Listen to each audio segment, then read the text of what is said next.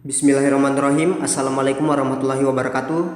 Pada kesempatan kali ini kita akan membahas soal UTBK Kimia SBMPTN tahun 2019. Kita mulai di soal yang pertama. Pada suatu percobaan dilakukan reaksi berikut. 2HNO3 tambah 3H2S menghasilkan 3S tambah 2NO tambah 4H2O. Kita langsung ke pertanyaan. Jika 2 mol HNO3 habis bereaksi, jumlah elektron yang terlibat dalam reaksi stoikiometri yang setara adalah. Jadi pertanyaannya mengenai jumlah elektron. Untuk menjawab pertanyaan jumlah elektron menggunakan konsep reaksi redoks. Penyetaraan reaksi redoks bisa menggunakan dua metode. Yang pertama menggunakan metode ion elektron atau biasa disebut dengan metode setengah reaksi. Yang kedua bisa menggunakan metode Bilox atau metode bilangan oksidasi. Keduanya bisa digunakan untuk menentukan jumlah elektron. Yang pertama, kita kerja menggunakan metode ion elektron. Untuk menggunakan metode ion elektron, HNO3 kita akan pisahkan dari reaksi.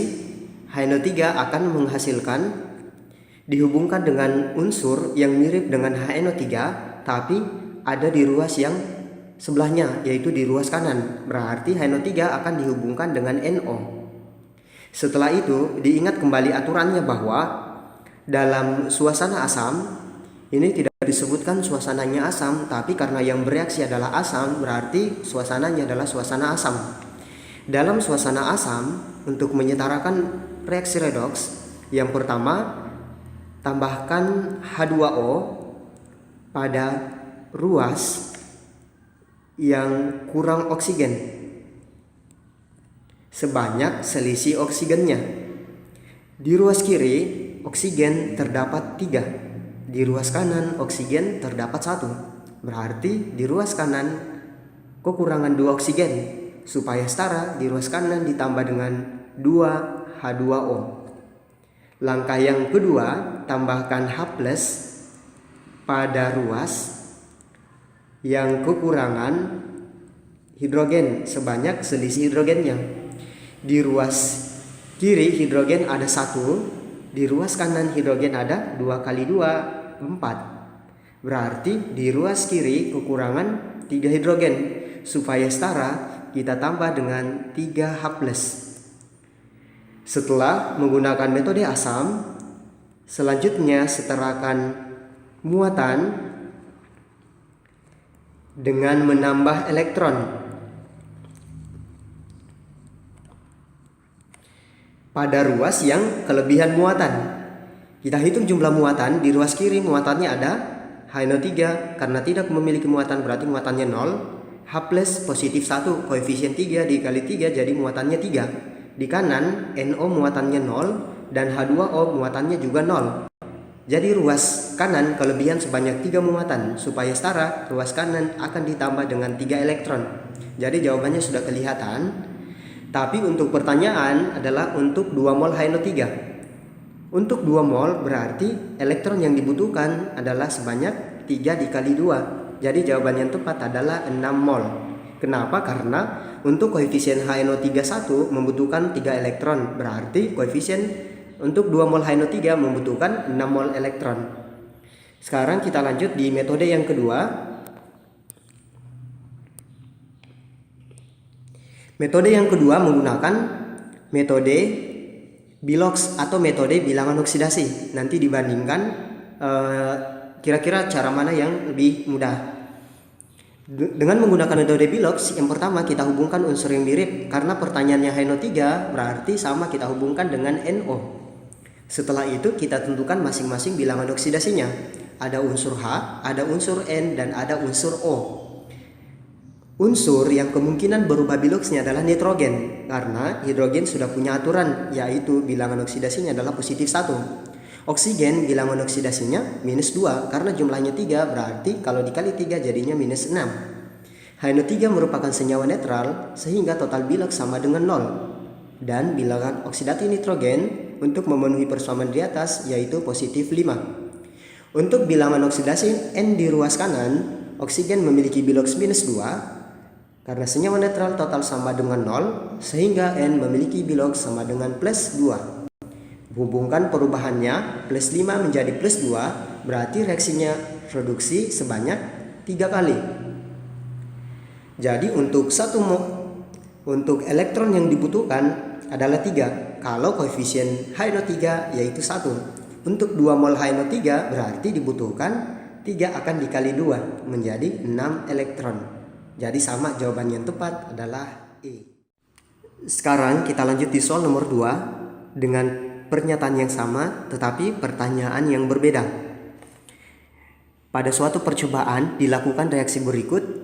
2HNO3 ditambah 3H2S menghasilkan 3S tambah 2NO tambah 4H2O. Kita langsung ke pertanyaan. Jika salah satu reaktan habis bereaksi, maka massa maksimum belerang yang dihasilkan adalah, ini soal tentang stoikiometri. Untuk mengerjakannya, yang pertama kita tuliskan persamaan reaksi yang setara. Persamaan reaksinya adalah 2HNO3 ditambah dengan 3H2S menghasilkan 3S tambah 2NO ditambah dengan 4H2O. Selanjutnya kita hitung masing-masing mol yang diketahui. Ada 30 milimol H2S dan 100 ml larutan HNO3 0,1 molar. Untuk mendapatkan mol dari HNO3 menggunakan rumus mol sama dengan molaritas dikali dengan volume. Molaritas nilainya 0,1, volumenya 100 ml. Jadi kalau dikali hasilnya menjadi 10, satuannya adalah milimol karena volume masih dalam satuan mililiter. Kita gunakan konsep mol mula-mula, terurai dan sisa. Mol mula-mula dari HNO3 adalah 10 milimol, sedangkan mol mula-mula dari H2S adalah 30 milimol. Pertanyaan dalam soal, massa maksimum belerang yang dihasilkan. Untuk mendapatkan massa berarti menggunakan mol sama dengan massa dibagi dengan AR dari belerang. Massa dari belerang sama dengan mol dikali dengan AR. Sama dengan AR dari belerang adalah 32. Berarti yang belum diketahui adalah mol dari belerang. Untuk menentukan mol dari belerang, karena ada 2 mol yang diketahui yaitu 10 dengan 30, menggunakan konsep pereaksi pembatas. Pembatas adalah pereaksi yang memiliki jumlah mol lebih kecil setelah dibagi koefisien. Karena lebih kecil, pembatas akan habis bereaksi terlebih dahulu. Mol dari HNO3 adalah 10, koefisiennya 2, 10 dibagi 2 menjadi 5. H2S mol 30, koefisien 3, 30 dibagi 3 hasilnya 10. Yang molnya lebih kecil adalah HNO3, jadi HNO3 sebagai pereaksi pembatas dan akan habis terurai. Terurai juga 10. Dia akan habis. Selanjutnya kita cari mol dari H2S.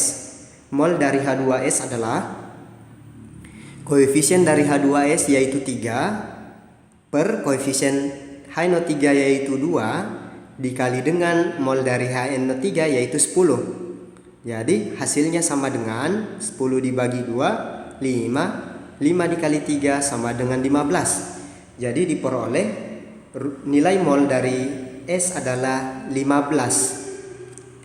Jadi 15 milimol dikali ARAG 32 gram per mol, hasilnya sama dengan 480 miligram atau sama dengan 0,48 gram. Jadi jawaban yang tepat adalah B. Berikutnya saya lanjut di soal nomor 3, masih soal tentang stoikiometri. Seperti cara tadi kita tulis persamaan reaksi setara terlebih dahulu. 2Ag ditambah dengan ZnOH 2 kali menghasilkan Zn ditambah dengan Ag2O ditambah dengan H2O. Kita langsung ke pertanyaan. Jumlah H2O yang dihasilkan dalam reaksi stoikiometri setara untuk 0,01 mol Ag adalah Jadi mol Ag adalah 0,01 mol. Pertanyaannya berapa mol H2O yang dibutuhkan? Berarti kita gunakan saja perbandingan koefisien. Koefisien H2O adalah 1 per koefisien Ag adalah 2 dikali mol dari Ag yaitu 0,01. Berarti hasilnya sama dengan 0,01 per 2 atau 1/2 dikali 10 pangkat minus 2 mol. Pertanyaannya dalam satuan milimol. Mol ke milimol dikali dengan 1000. Dikali 1000 berarti hasilnya 10 pangkat minus 2 dengan 1000 habis 2 nol dan 10 dikali setengah hasilnya 5. Satuannya adalah milimol. Jadi jawaban yang tepat adalah A. Sekarang kita lanjut di soal stoikiometri yang nomor 4. Seperti biasa untuk soal stoikiometri kita tulis persamaan reaksi setaranya terlebih dahulu. 2Ag ditambah dengan Zn OH 2 kali menghasilkan Zn tambah dengan Ag2O tambah dengan H2O. Selanjutnya kita hitung mol mula-mula, terurai, dan mol sisa. Mol mula-mula dari Ag adalah 0,01 mol logam perak, berarti Ag-nya adalah 0,01 mol. 0,01 mol saya ubah saja menjadi satuan milimol dengan cara dikali 1000, berarti hasilnya menjadi 10 milimol. Kenapa saya ubah menjadi milimol? Karena dalam soal diminta dalam satuan miligram. Berarti mol dari Ag adalah 10 milimol dan mol dari ZnOH 2 kali 50 ml larutan ZnOH 2 kali yang diperoleh dari hasil pengenceran 10 ml larutan ZnOH 2 kali 1 molar. Jadi untuk kita ketahui bersama bahwa pengenceran itu tidak mengubah nilai mol. Jadi sebelum dan setelah diencerkan rumus nilai molnya tetap sama, yang berubah hanya konsentrasinya saja. Jadi seperti soal ini, sebelum diencerkan dengan volume 50 ml, molnya adalah pakai rumus 10 ml dengan 1 mol, berarti mol sama dengan M kali V. M sama dengan 1, volume sama dengan 10. Jadi 1 dikali 10 sama dengan 10. ZnOH 2 kali memiliki mol sama dengan 10. Untuk penjabarannya mengapa pengenceran tidak mengubah nilai mol, melalui rumus pengenceran yaitu M1 kali V1 sama dengan M2 kali V2. M1 V1 untuk sebelum pengenceran dan M2 V2 setelah pengenceran. Sebelum pengenceran M-nya adalah 1, volumenya adalah 10. Setelah pengenceran M2 belum diketahui, volumenya menjadi 50. Berarti M2 sama dengan 1 kali 10, 10 dibagi dengan 50. Hasilnya sama dengan 1/5. Untuk menghitung mol dari ZnOH 2 kali setelah pengenceran menggunakan rumus mol M dikali dengan V. M-nya sama dengan yang diperoleh M2 yaitu 1/5. Volumenya menjadi 50. Jadi 1/5 kali 50 tetap yaitu 10 milimol. Jadi saya tekankan kembali bahwa dari pengenceran nilai mol itu tidak berubah. Yang berubah hanya konsentrasi atau molaritasnya. Setelah didapatkan dua nilai mol yaitu 10 milimol Ag dan 10 milimol ZnOH 2 kali, seperti biasa kalau ada dua rumus mol kita cari mol pembatas terlebih dahulu. Mol pembatas adalah mol yang lebih kecil setelah dibagi koefisien. Untuk Ag 10 dibagi 2 yaitu 5. Untuk ZnOH 2 kali 10 dibagi 1 yaitu 10. Berarti pembatasnya adalah Ag. Jadi Ag akan habis bereaksi. 10 jadi sisanya 0 atau habis bereaksi. Pertanyaannya dalam soal, jika reaksi berlangsung stoikiometri dan sempurna, massa Zn yang terbentuk dalam reaksi di atas adalah, pertanyaannya berapa massa Zn? Untuk mengetahui massa Zn, menggunakan mol sama dengan massa dibagi dengan AR dari Zn. Berarti massa sama dengan mol dikali dengan AR dari Zn. Molnya sama dengan, belum diketahui AR-nya yaitu 65,4. Untuk mengetahui mol dari Zn menggunakan perbandingan koefisien, menggunakan mol pembatas yaitu 10. Mol dari Zn berarti koefisien dari Zn 1 per koefisien dari Ag 2 dikali dengan mol dari Ag yaitu 10, jadi diperoleh mol dari Zn 10/2 yaitu 5. Sehingga mol dari Zn yaitu 5 dikali dengan 65,4 hasilnya adalah 327 mg karena satuan molnya adalah milimol. Jadi jawaban yang tepat itu adalah B.